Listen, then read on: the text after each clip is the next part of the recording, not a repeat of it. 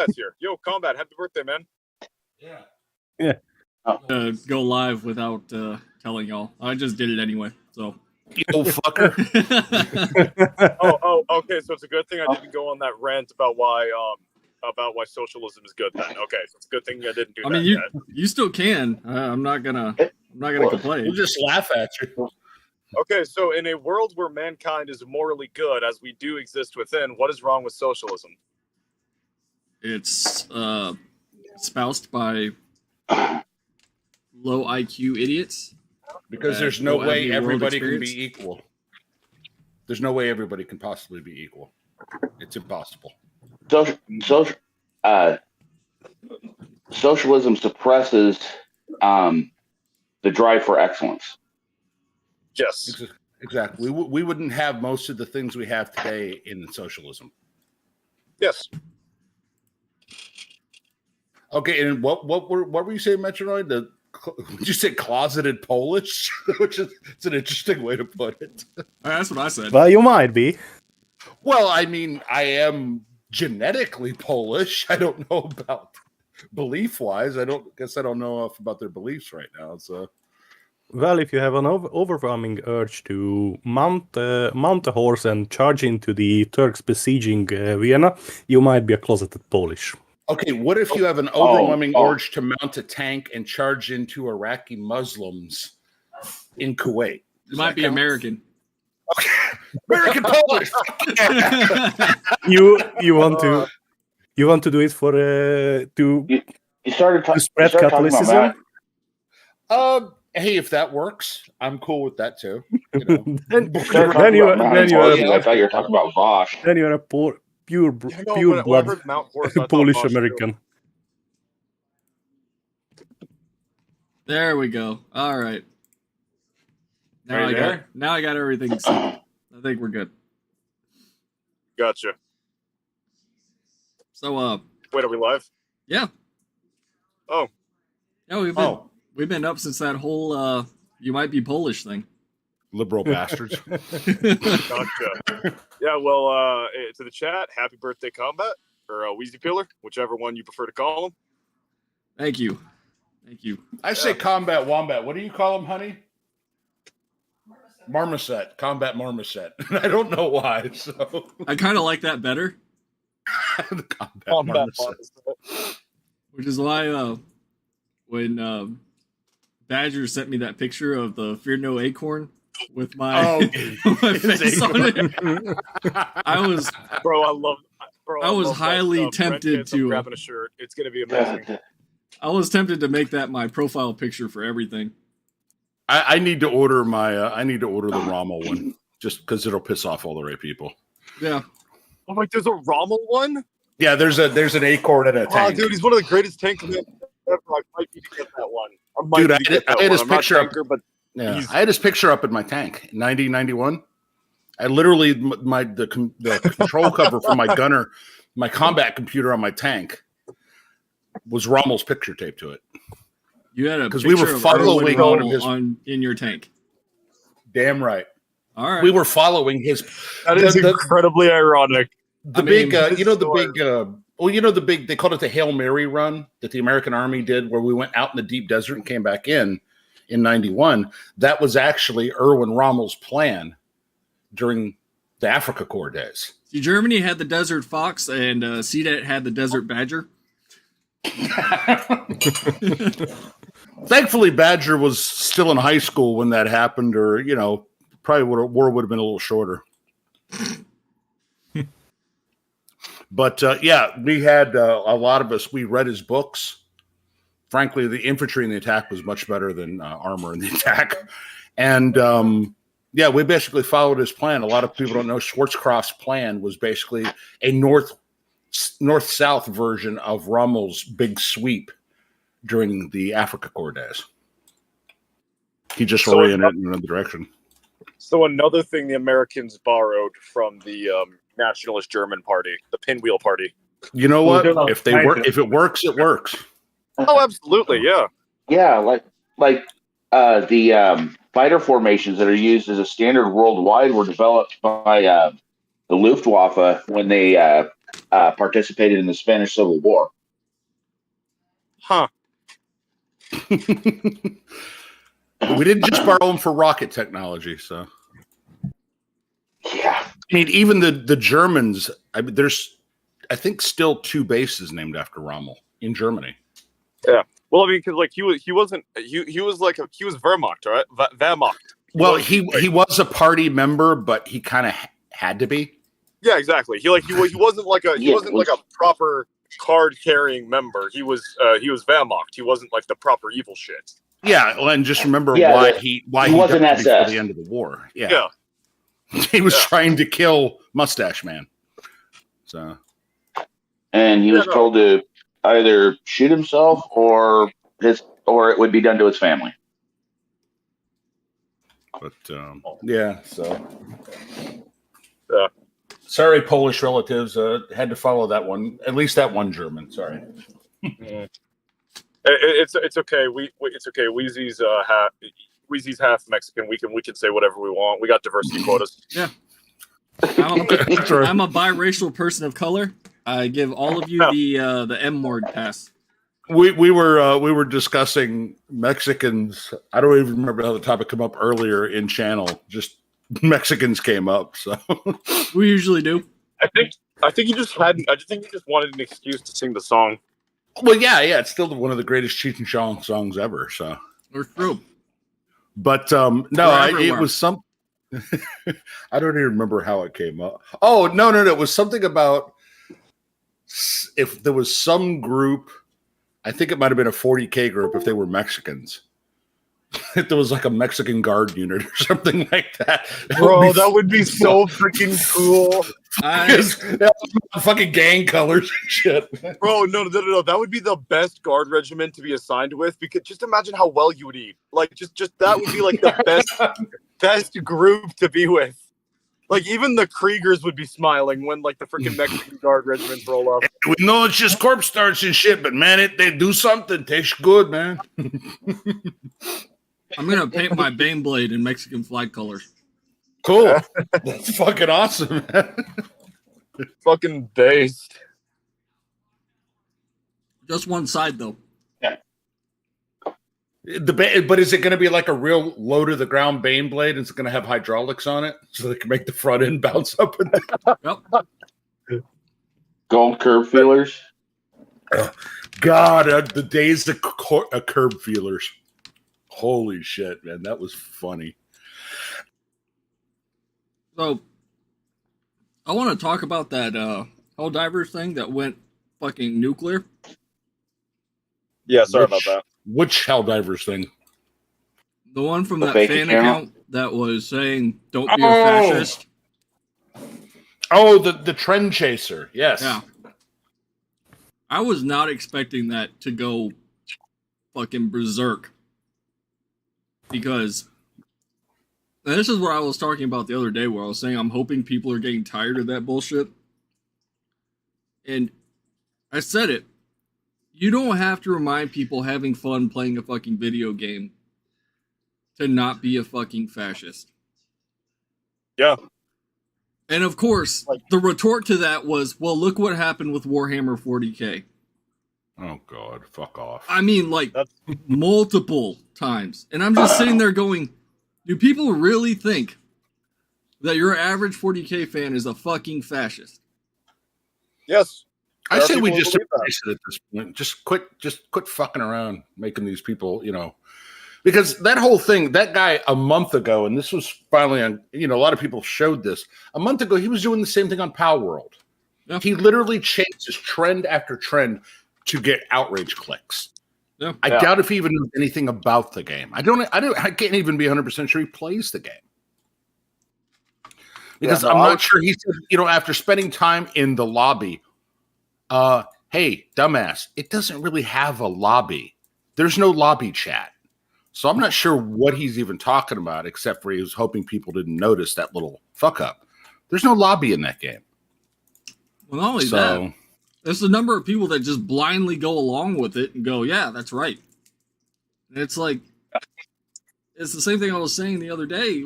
Like, why is it all these young people, and then y'all saw the video from fucking Canada all of them look like they don't have maybe 120 pounds on them.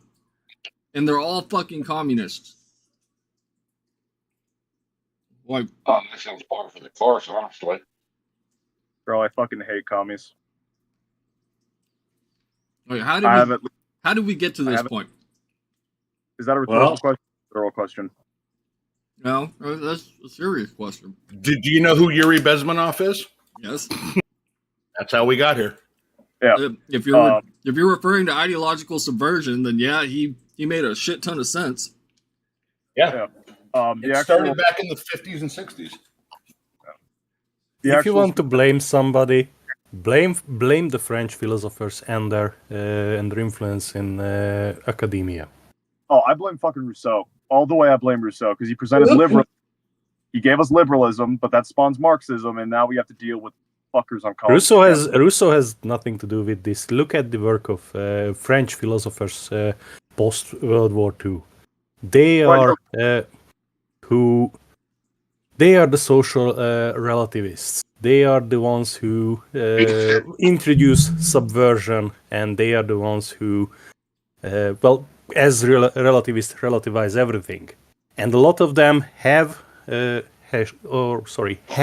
questionable relations with minors.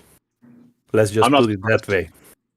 Not surprised. So if you want to discount or discard an aspect of philosophy, French post-World War philosophy is a good place to start.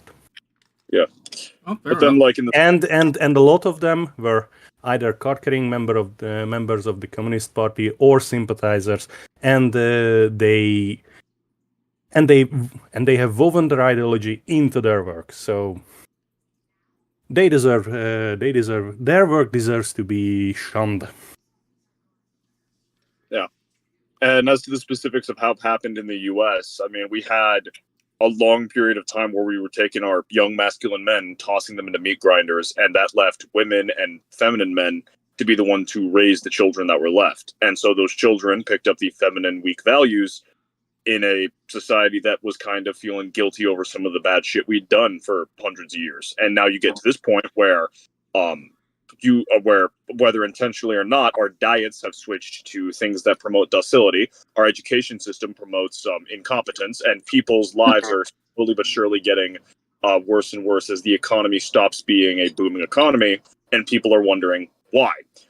And if you're a fool that is docile, and someone tells you there's a system where everything would be nice and you would never be judged and you would be the same as everyone else, all you need to do is listen to Evil Santa, as I like to call Marx, and you will be happy.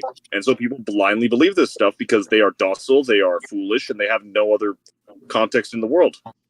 Well, I can't approach Metronoid's skill in this area, but having met many, many people, I was in Europe not long after the wall fell, and having met many, many, many, many, many people that had lived under communist rule, it always cracks me up when these Zoomers and later millennials are like, "That's not real communism. You don't know what you're talking about." And it's like, motherfucker, they lived under it. I mean, I literally went to Moscow not a year after the wall came down. I was there at ground zero as much as any American could be there at ground zero, and saw it as a grown man, not as some college kid, taking your gap year in Europe and thinking you're fucking edgy because you go to a quasi-communist country. I was a soldier, boots on the fucking ground when the wall came down. That shit was, and watching those people, I still watch, as hokey as it sounds, the song by, was it by the Scorpions? Winds of Change? Mm-hmm. And I still listen to that, and I still get a little bit emotional about it because emotional damage. But literally, that's how it felt. It felt like, holy shit, it's over. Now we can unfuck everything that happened and get on with the world. Yeah, well, that went to shit. That didn't take too long to go to shit. I mean, again, Metronoid, I know you literally grew up through it and at the end of it and everything, so I'm not going to dispute anything you say. So, but listen, what these rabid young socialists and communists forget is everything that came out of Russia from the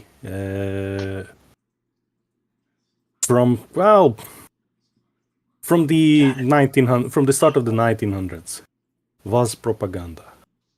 Mhm. They have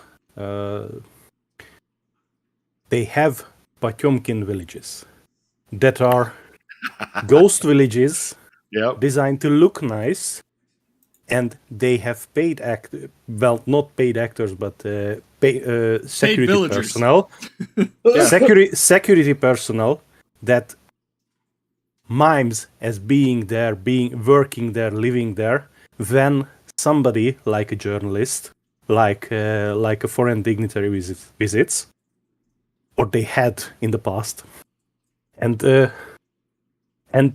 then they can make these glowing reviews about the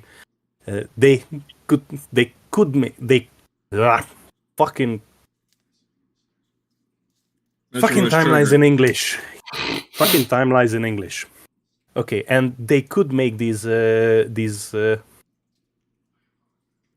journey books about their experiences and how everything's so great. And how the living standard in communist Russia is so high and so good, and what we can, and we should take example from them. So the same thing that North Korea was doing with the fake supermarkets and shit. I was just going to say that. Yes, Yeah, and listen, the Soviet Union, the core that is now Russia, was able to live that good because it had a vast amount of vassal states, and it had effectively a colonial empire in Asia and in Eastern Europe after the Second World War, and they could siphon the wealth from these countries. I mean, just look at what happened with the Aral Sea. It's no more there because they used the rivers feeding that sea to irrigate the desert, and nothing came of it. No. But they wanted to make cotton or some shit. Or look at what happened after the Second World War. They packed up whole industries, factories, and their workers, and shipped them to Russia as compensation for the war. My first tour to the DMZ, there was a North Korean Potemkin village, and you could literally, if you knew when to get up, you could use your thermal sights because they do it in the dark. You could see them moving the cutouts of the people around. You could literally see them moving the cardboard cutouts around.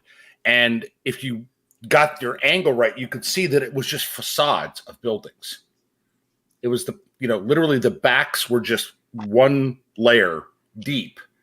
And if you caught the right angle, or sometimes chopper pilots would snap pictures when they would do what was called a border trace, and they'd fly along the border, they'd snap pictures of, you could see the supports holding the one wall up that was pointing towards the south. And I do remember they did have one Potemkin village open near Russia, not long after out near Moscow, after the wall came down. And they couldn't wait to show it off. And they're like, ha, ha, ha, you guys believe this stuff. And we're like, we really didn't. Our idiot journalists did. And then they realized, wait, you mean your journalist told you something different than the government believed? Yeah, back then they did. Now, not so much, but back then they did. Yes. Yeah, so just think back about the history of the occupation in Eastern Europe. Yeah. There are always rebellions, there are always revolutions. 56 Hungary, 68 Prague, the 80s the Poles, the whole of the 80s. The solidarity movement was just, it was interesting to see as an American of Polish descent, to watching this, and then the Pope basically saying, Fuck yeah. Deus Vult, bitches. was, yes, and very it was interesting to say. from the 80s. It was effectively a military dictatorship because the facade was off for a socialist republic, and they couldn't control their population, so they installed the head of the army, Jaruzelski, and well, effectively used the Warsaw Pact and in some regard the Polish communist army to keep the order, because the Solidaritás was full of dock workers and full of factory workers, metal workers, the type of worker socialist communist system idolizes, and they said fucking enough. And these 20-something Western commie fucks come in and say that wasn't real socialism. That was the real socialism. In socialism, there are no unemployment, because even the most unskilled worker are employed to sweep the fucking yard for 8 hours a day, and goes home to the same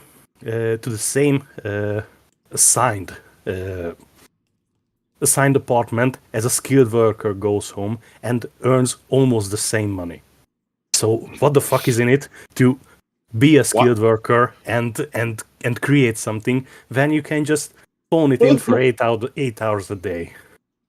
Yeah. What was there was a line. Well, there was a line a Russian told me when we went over and trained with the Russian army, and I think it was 92, which is really fucking weird because we'd spent our entire careers learning to fight these people, and now we're training with them. And he said there is a phrase in Russia: as long as the boss pretends to pay me, I pretend to work. Oh yes. I mean, I'm like, Jesus fuck. Yeah. Yes, They weren't stupid. They knew exactly what was going on. I mean, they weren't. Yes. Nobody was fooled by this shit. Yes, by the end of the Soviet Union, the state was effectively bankrupt, and the supermarkets where you couldn't buy, where you usually could buy something, were fucking empty. And I don't know if you heard this joke during your deployment or business in Russia. But in Russia, there was a practice that people from outside of the big cities, 200-300 kilometers or more from the big cities, get on the train at the weekend, went to the city, bought something that they couldn't buy, and then went home. And the joke was, what is green, long, and smells of sausage? Oh God, I'm almost afraid to ask. What? A train coming back from Moscow. Well, because goods like good quality sausage, like clothes, not good quality clothes, just the polyurethane clothes that were present in Eastern Europe and dominated the market. Fucking horrible. Oh yes, those clothes and electronics, not the usual Western electronics that were available in the 80s. Like East German. But East German mixer that whose door you can take off, for example, or a washing machine that jumps around when it's washing. Sorry.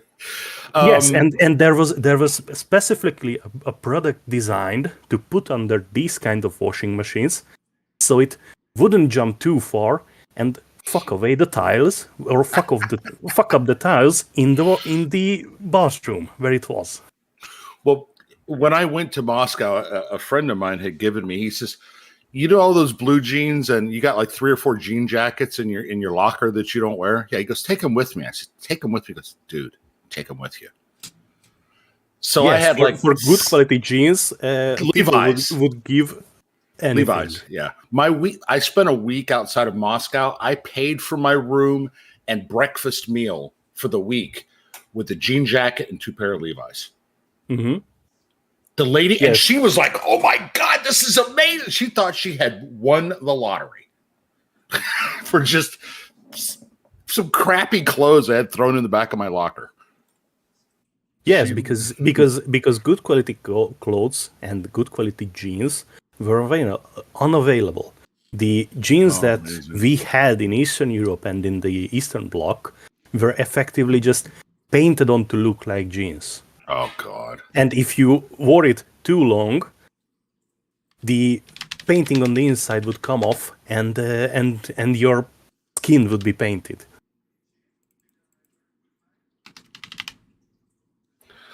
Holy shit! Now that's just, it doesn't surprise me, but like I said, that lady, I remember when it came time to settle up the bill, and I had an old rucksack, and I opened my rucksack and I made sure it was on top, and she looked over and she's like, Levi's? Yeah, would you like? And she's like looking around, like, she's gonna get caught. Because the gray market was the only way you could purchase anything, even after the wall came down for a little while. The gray market was the only place you could find anything. Precisely. And I handed her a pair of jeans and a jean jacket, and she's like looking at them, and she's basically feeling the material. She's realizing this is cotton. These are brass fittings. This is the real thing. And she looks, she goes, one more pair, one more. And I handed her another pair of jeans. She didn't care about the sizes. And she just grabs and takes the hotel bill and just tears it up, throws it away. I was like, holy shit. Because when I went into, because rubles hadn't officially been accepted on the world market yet. I don't know if a lot of people know that. The only thing, rubles weren't recognized on the world market. So once you turned your dollars into rubles, if you tried to turn them back, you would get pennies. Fuck all. You get fuck. So I'm like, I'm throwing money around like I'm fucking Elon Musk. He bought 1,000 septic tanks and was trying to teach the army how to drive them. Hey, they were working pretty good except for the smell. So, but yeah, so I'm like, Diamond Jim Brady wandering around fucking Moscow, just throwing money left and right, tipping. The first time I tipped somebody, they looked at me like I was out of my fucking mind. They were just looking at me like, what is extra money for? I said, tip. American. Just American. They just knew it. And they're like, this motherfucker giving me extra money. But you got great service. Yes. Once they figured out who you were, man, cab drivers, if they knew I had to go somewhere, they would wait outside the hotel. Like, take that bastard. Why? He gives you twice as much money. Mm-hmm. Yes, because just think back, the clothes, the jeans were unavailable anyway, and with those 2 or 3 jeans and the jean jacket was also, well, she made her money. Oh, she probably made 2 or 3 times what the room cost, I'm sure. Good for her, man. Capitalism. Yes, and just think back the cars. I think you remember the cars that were the Ladas and the Lada. Was that the little tiny one? Yeah. The fucking I loved it, but I love seeing them because I was just fascinated. Because I grew up in the 70s and in the early 80s, so I'm used to like wraparound fins and 10 miles of chrome, and I see this car that looks like it would fit in the trunk of my mom's Cadillac. Wait, you traveled in the small Polski Fiat? Okay. Well, there was one cab that was like that, and I really looked at it like, I don't think I'm going to fit. I'm not a big guy, but holy shit, the cab driver took up the whole car. How tall are you, see that? What's that? I'm 5'10". How tall? You're only an inch shorter than me. Then I'm a fairly big guy. Yeah, I'm back then I was built about like you. Pretty squared off, solid build. And this car is, like you said, just look up the little tiny cars in Russia. And one of them was a cab, and I'm like, okay, where do I sit? Fucking right on the roof. See, those were made for malnourished people who weren't fed because the bread lines were too long. So obviously they're going to be smaller.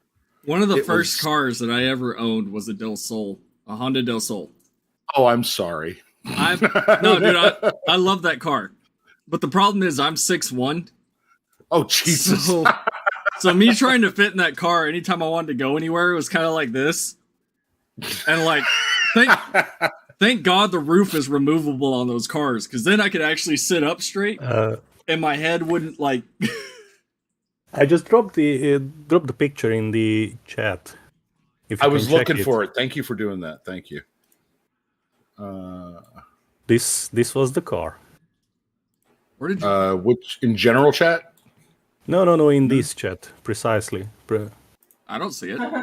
On the left-hand side in the chat, where you drop the veteran guardsman. Oh. Okay, I see the veteran guardsman, but I don't see your car, bud. Yeah, I don't see it either. Oh, fuck. There it is. Oh, there it is. Yeah, that. That little fucking thing was a cab. The Mr. Bean car. Oh, by the way, Wheezy, I know it was way back in the 11th, but the pictures of the three brothers you have posted there? Yeah. Well, they're from Odd, West Virginia. Yeah. I'm so proud of my family's home state. That we produced the most inbred family in the. Oh, I was wondering where you were going with that. I was like, hold up, are they related or what? No. See, my family's West Virginia royalty. We actually have two different last names. My parents had two different last names. Royalty, I'm telling you. Well, you're West Virginia royalty because your family tree doesn't just consist of a trunk. Exactly. It's not. Our family tree isn't a telephone pole. Yeah, since Grandpa not only came from out of state but out of the country, we knew that I had genetic diversity in my line. You got It's lucky. better than a family tumbleweed. Yeah. And I dropped another one. Oh God. This is the Lada that was mainstream, and for this you had to buy effectively a savings book and make monthly payments until it was paid off. Yeah. And after that, you went into a lottery system, and you waited until the number of your collection book was pulled, because demand far outstripped the available supply.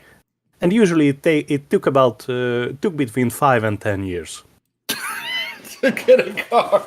Yeah. You saw a lot of those too. They were all over the place. Well, those are the only ones available. Those that? Why does my generation want communism again? That sounds horrible. Because they're I hate the retarded. DMV. Yeah, there's Wheezy in his retarded. car. There's Wheezy in his car.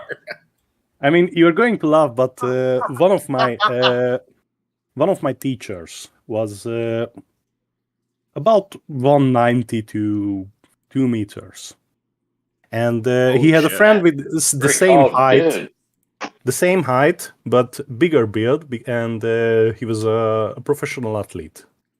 In the early 90s, because after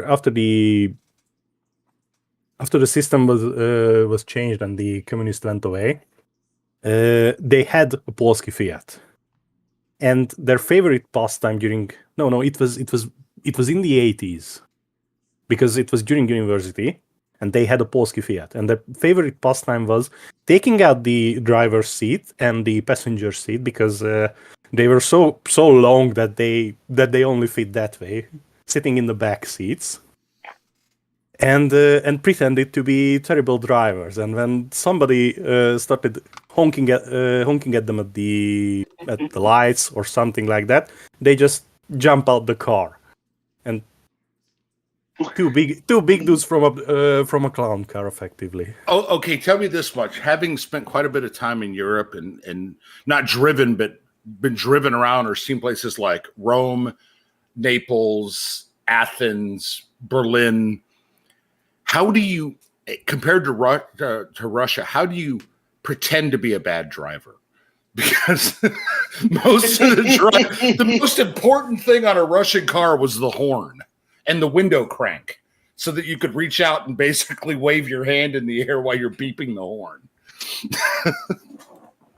Well, since the transmission was shit on all cars, and you were always looking for the gear and couldn't know when you got it. I mean, did you drive a Gaz or a Kamaz when you were with the Russians? Did they let you drive the vehicles? They wouldn't let me drive the wheeled vehicles. Then we got to drive each other's tanks, which was kind of because funny. It's the secret stuff we were allowed to handle, but the cars they didn't want us touching for some reason. Yes, because you couldn't have found a gear, because every gearbox was different within the same series, within the same cars, and you were effectively looking for the gear. So you couldn't put it in drive or in, well, these were manuals, so you couldn't put it into first with one fluid motion. You were just looking and trying to find it where is the vehicle starts to get some power and starts rolling.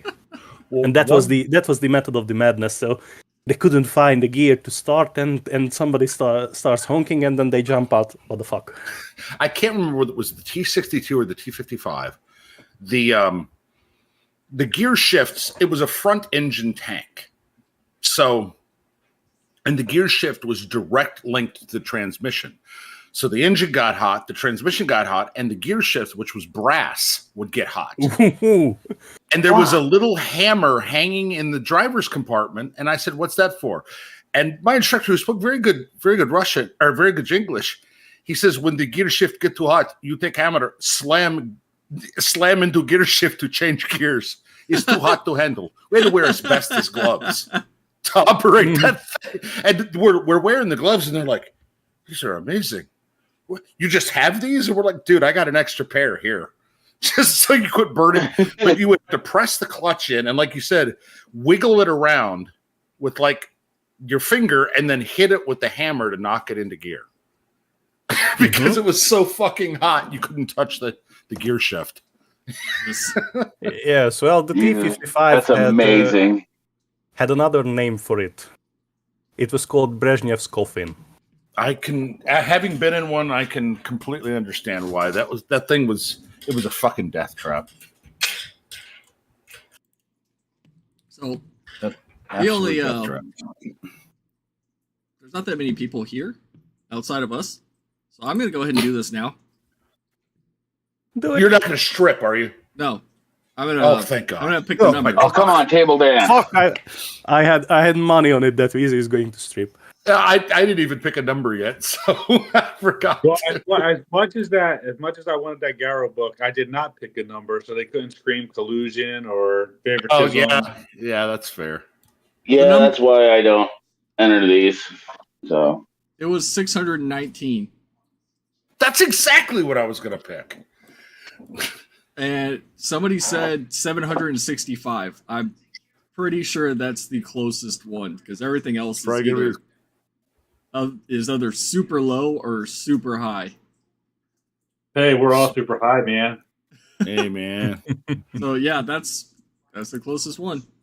765. Congratulations, random person. Yeah.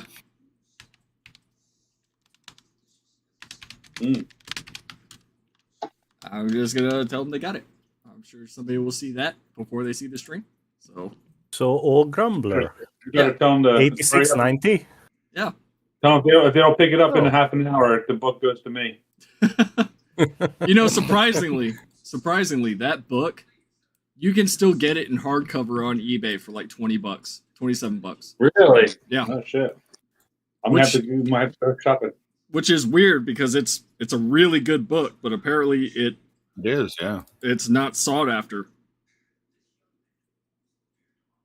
How about the end of the death part? Oh, never mind. Still a sore subject. Oh Sorry, shit. I'm still getting fucking notifications for that fucking book because they're slowly trickling back in, like creating new listings, and it's New gone, accounts, new listings. yeah, it's gone down. Like they're in the 500 range versus the 7 or 8 that they were asking when it first came out.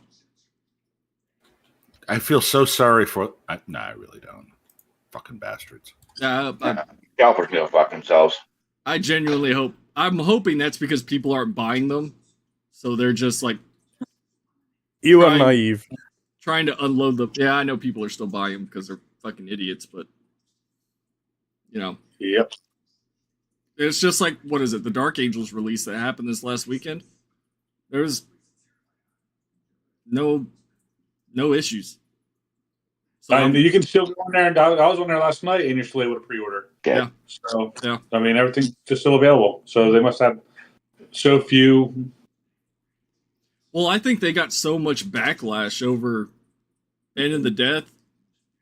I don't know. Yeah, but you got to remember too. So in the pre-releases, you got Belial and the Deathwing Terminators, which Hardcores just got 2 weeks ago with the Deathwing Assault box.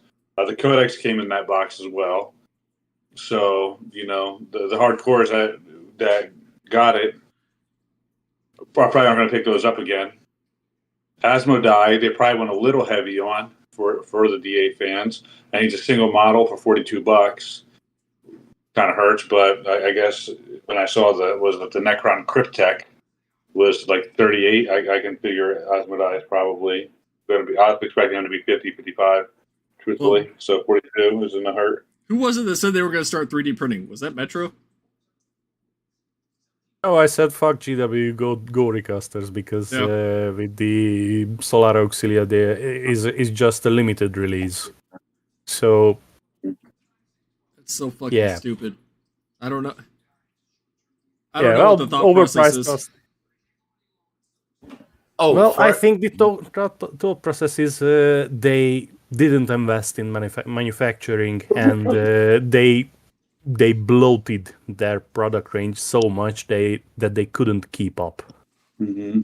Yeah, and that is why they make everything a limited release. So you have FOMO, you buy up the stock that they initially make, and then they can move on to the next subject and repeat the cycle. Yeah, I think the better business model would have been having everything just being upgrade sprues for your specific faction instead of, Well, it's the same. I know that they've been pushing the limiteds back farther and farther, but I'm pretty sure it's because of China. Because right now, shit coming out of China is fucked. Well, not just that, but shipping is fucked also, because they're cheap fucks. They're not transporting their goods via air; they are going by sea. Yeah. And if the Red Sea is fucked. Yeah, the Panama Canal is closed. The Red Sea is closed. It's crazy. Like you have to book like a couple months out to get through the Panama Canal because there's a drought. In a piece of landmass that is inhabited by two oceans on either side of it, and there's a drought. So, but they don't tell you that the Chinese literally control we sold the Panama Canal back to Panama for $1, and then they conscripted the Chinese to run it. So basically, China controls passage through the Panama Canal. Awesome. Mm-hmm. Oh, because of course they do. Well, it's the same thing with the Rogue Trader Limited, or the Collector's Edition. That was supposed to go out beginning of February, and they pushed it back to the end of February. Now they pushed it to the beginning of March, and it's like, okay. I bought this in November of last year.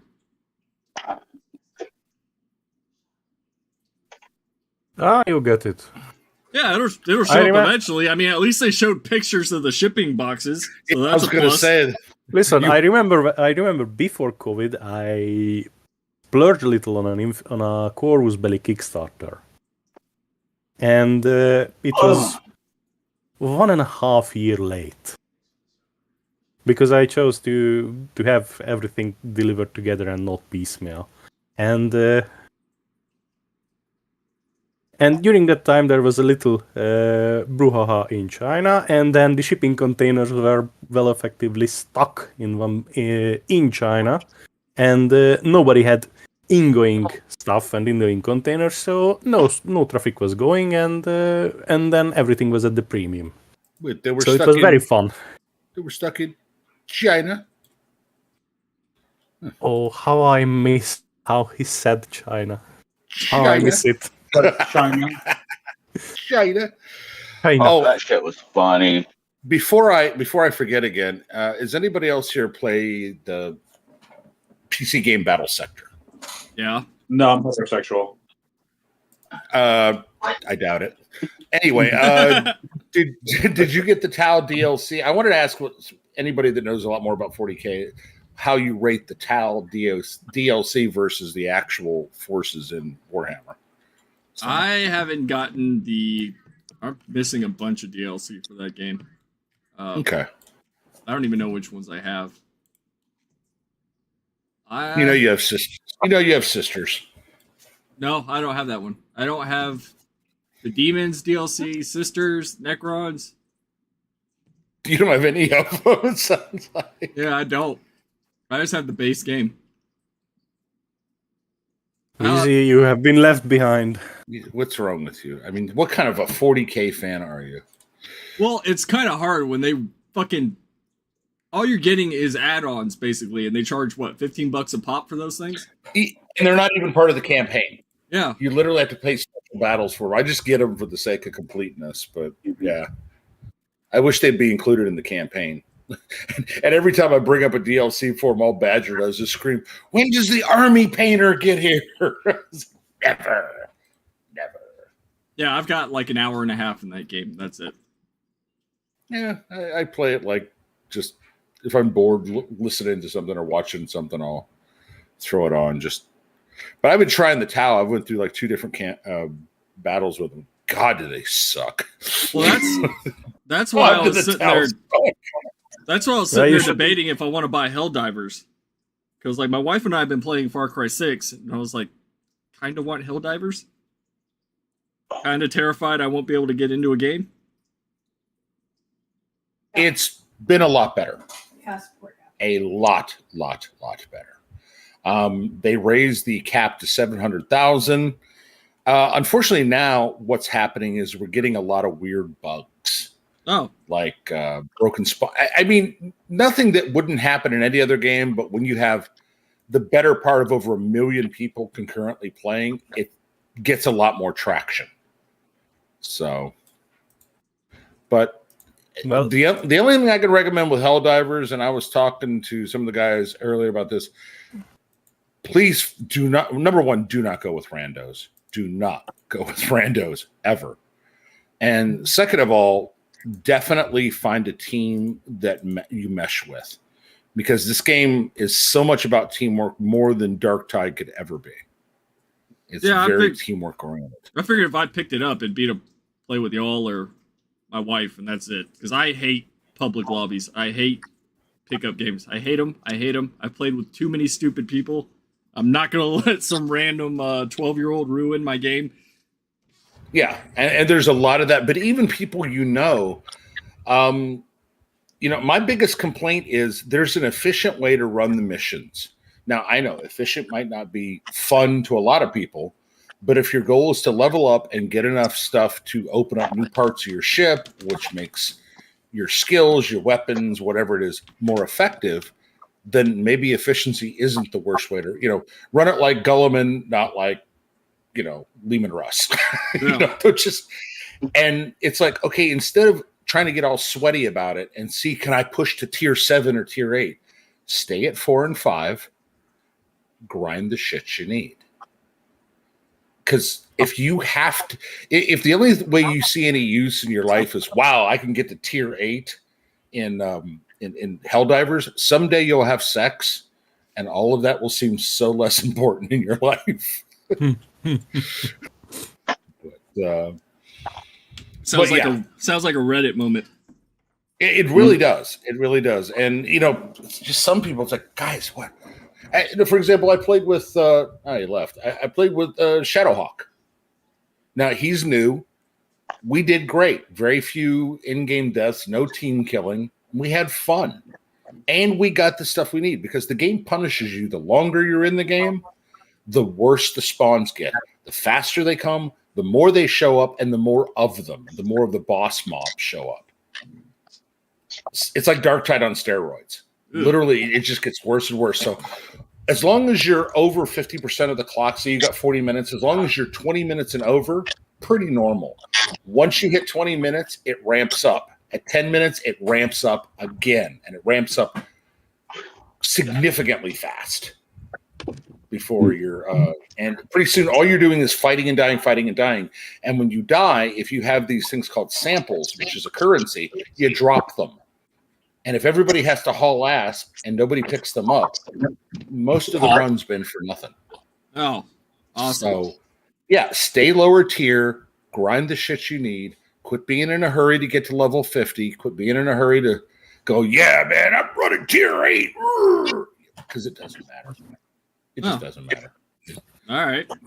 I tend to run around between 3 and 5, depending on the group I'm with. And it's still fun. The game's still fun. I think it is, at least. So, yeah, I mean, I'm not in a hurry to get it. You know, my video game playing has been minimal at best. But yeah. Listen, look at the bright side. Look at the bright side. You could be playing Kill the Justice League. Oh God! And it is also built around the four-person co-op, but since they have sub-1,000 people playing it on stream, it will be hard to put the team together. Yeah, it's and the one thing I will tell you, if you go in by yourself, the game does not. There are no bots to go with you. Oh, like Dark Tide, and the game is set for 4 players. You go in by yourself, you're fighting a 4-person fight as yourself. Oh, so it is definitely worth having an established team. My kind of game. Communicates well. Yeah. It's again, it's super sweaty. So, well, I was debating if I wanted to make this a long stream today, but it's 4:00 my time. Yeah, and I should probably spend time with my wife on my birthday. So I'm not going to make a birthday present joke. I'm not going to make a birthday present joke. She's already made plenty of those. That's today, too restrained. So. That's too restrained. Oh God. So if you guys want to stick around to do whatever, I'm probably going to kill it. I did the giveaway. We didn't really have that much to talk about, and I didn't want to just stream just because it's my birthday. You know what I mean? It's my birthday. Well, stream you should spend time with your loved ones and not strangers on the internet. What was that guy's name that won? I can't remember. Old Grumble, 8960. Old Grumble person won it. Old Grumbler. Whatever his name is, old something. I mean, let me check.